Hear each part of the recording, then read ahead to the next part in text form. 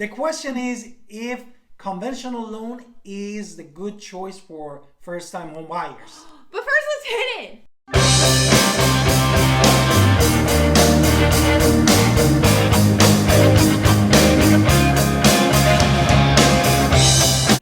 Hi, this is Alan Victoria. Welcome to our channel. And if this is your first time in our channel and you wanted to know everything about Greenville, North Carolina, please make sure that you subscribe in our channel. Also get notified when we put a new video and gives us thumbs up and support our channel. Honestly, we get calls, texts, and emails all the time from people looking to move, relocate, shift, my favorite word, upsize, downsize, and do whatever they're looking for in the Greenville and just entire Pitt County area. So we love helping people. Don't be afraid to call us. This is our number, and please call us now. Anyway, so let's hit it, no? Yes. Awesome. Therefore, we're going to talk about some basic about conventional loan. Basically, conventional loan divided in two categories: conforming and non-conforming. What is the conforming one? Conforming are ones that are backed by the federal banks, where at least the Fannie Mae and the Freddie Macs of the world, they have to follow specific lending rules and guidelines.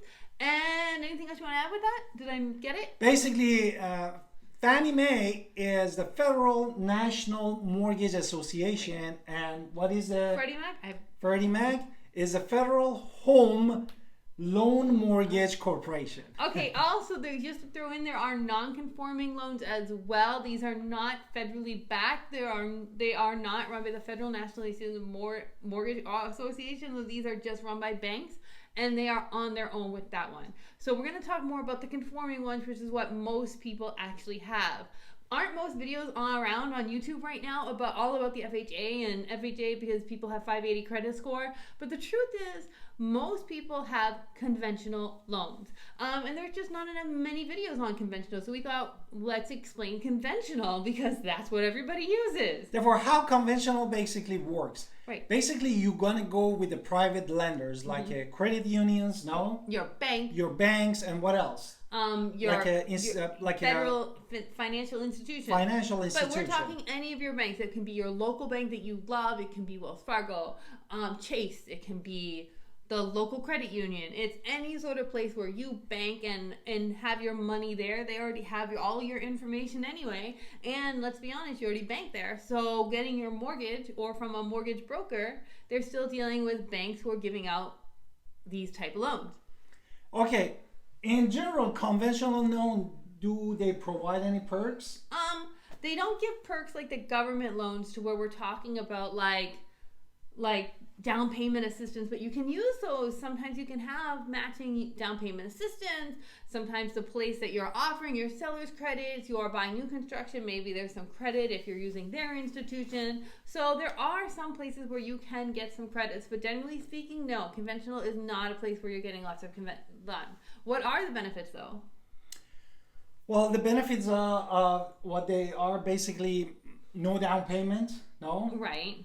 That's a USDA loan, not a conventional. You're having a down payment with conventional, but that's okay because we're looking to actually build up equity, and and these are homes in areas where you want to be.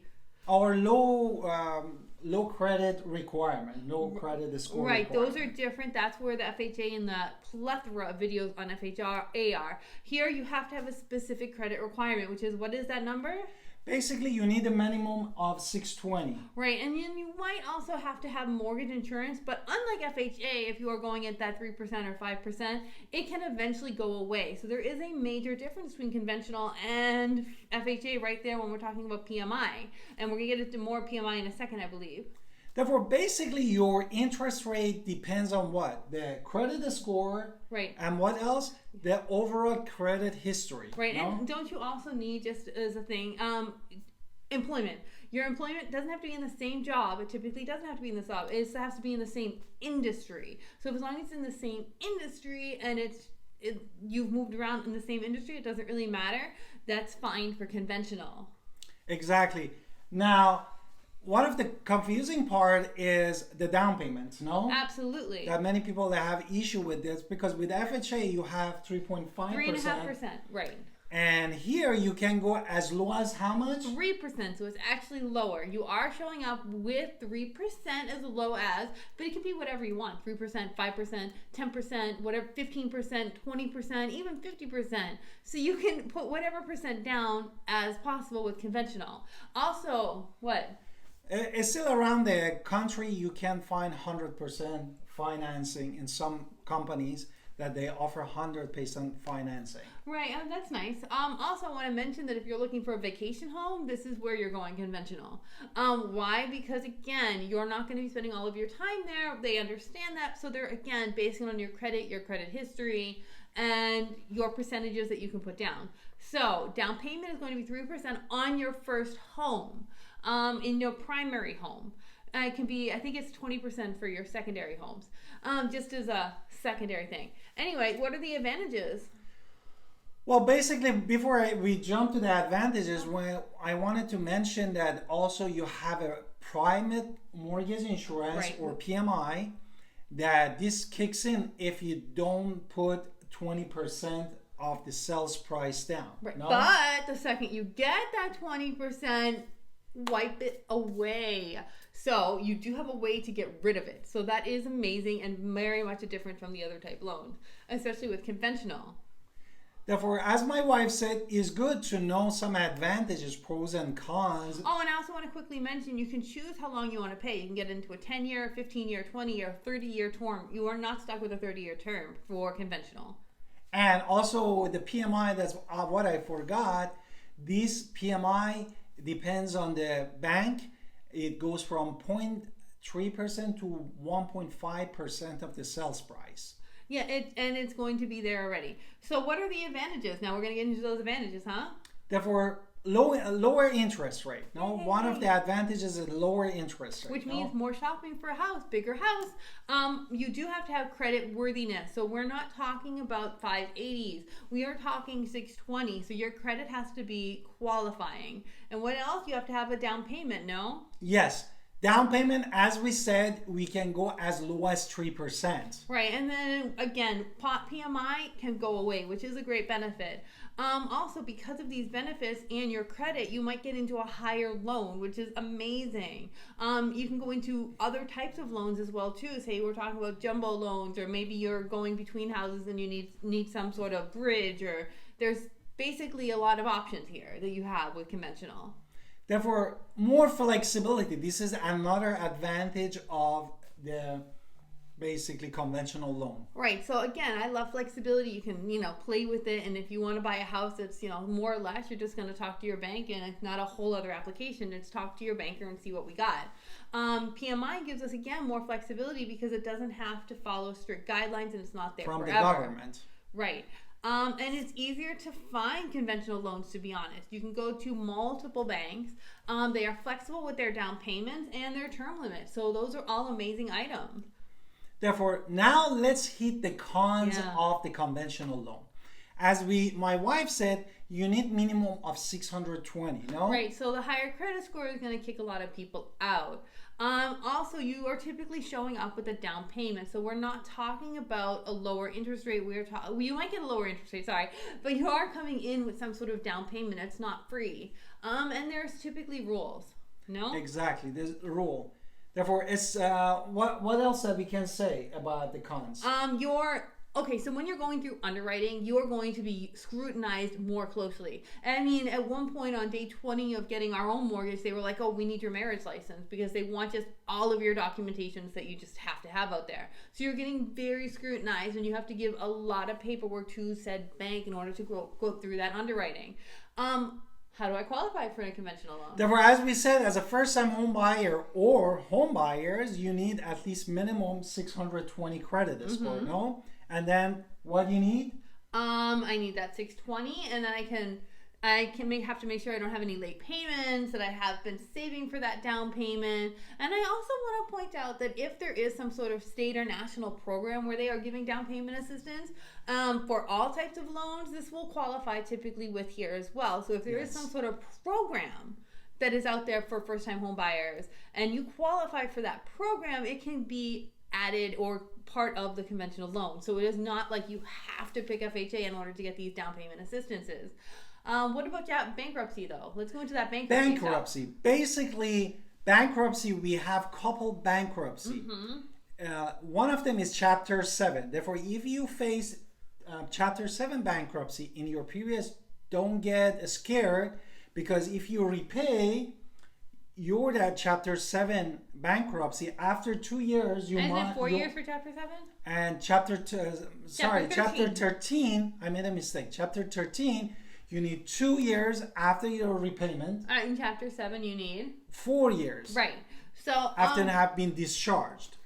Okay, so let's just talk about, you have to make sure that your pre-approval letter that you get from your bank has all of the numbers that you need on there. No, everything is going to be on there.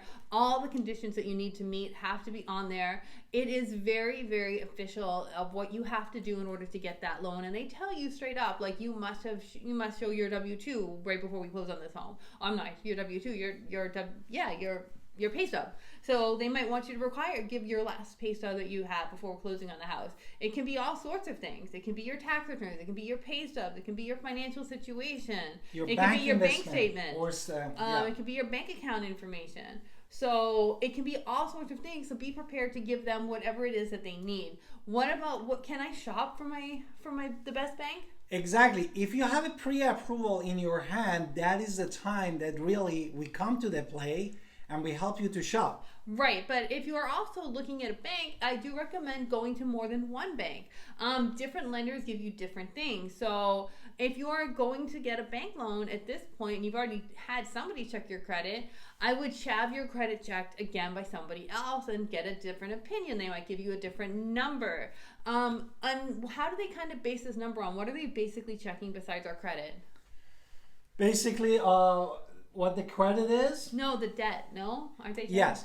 Basically, what they do, the credit score that we said, credit worthiness, and the history of your credit, and also the third thing that comes into play, debt to income ratio. Right. That is super important. Right, so this is why we recommend you do not buy a car before buying a house. You do not buy, your student loans are what they are, unless you're like our neighbors and you hop into a house before you go into those student loans. So even then, your debt to income ratio can matter. So just throwing that out there. Yeah, for debt to income ratio, what it has to be? They prefer to be between 43% and less than 50%. That is super important to consider. Right, so their higher debt to income ratio is going to put you out of a lot of programs, not just conventional USDA and many. So try to keep that debt to income ratio down if you can. What's the last thing? Do I have to pick one lender and stick to one lender? No, before that, I'm just saying that if your debt to income ratio is higher, in some cases, if you have a strong credit score and you have saving in your bank account and you are also putting the down payment for the house you wanted to buy, basically they have a looser debt to income ratio, you might be able to even go beyond the 50%. That might be nice. What about that lender? Do I have to stick to a lender? Am I married to my lender? Therefore, you are not married to the lender. Basically, it's like a shopping. No one wanted to buy a car or anything. You go different stores and you start trying to shop based on the price and the quality, no? So you want to make sure that you're getting your best mortgage broker because you're going to be dealing with these people for your entire time. Therefore, it's not going to hit your credit score several times if you go through that time window, which is 30 days. If you do shopping in that 30 days, you can, as much as you want, filing application for the different lenders and find out, and because this way you might end up saving a lot of money. Okay, so before you start shopping with lenders, we do recommend that you can kind of figure out your math on your own. Let's just say you know how much you make. Let's just say you are making, therefore you want it, for example, your gross income is $50,000 per year. Right, so you're going to go on NerdWallet, Zillow, affordability calculator, and you're going to look at your annual household income, your monthly debt, and your down payment, and you can really kind of do the math online and figure out how much you can afford. So therefore, you are not stuck. Therefore, just give you an idea. If you have a $50,000 gross income and you don't have a debt, for example, you don't have any car payment or anything, you are more or less qualified for almost $300,000. Which is nice, but what happens if I have a $500 car payment? If you have a 500, then basically you're gonna go almost to $200,000. Oh. Therefore, gives you Those just are quite different houses. different houses that you can shop for and give you the idea how it exactly works. Right, so now we basically have some sort of idea why we recommend houses before cars. So anyway, I hope this video was useful. And if you found this information useful, please subscribe to our channel, support our channel. Don't forget to call us. We are here for you. We have your back. And also get notified when we put a new video. Absolutely. Thank you and have a wonderful day, guys.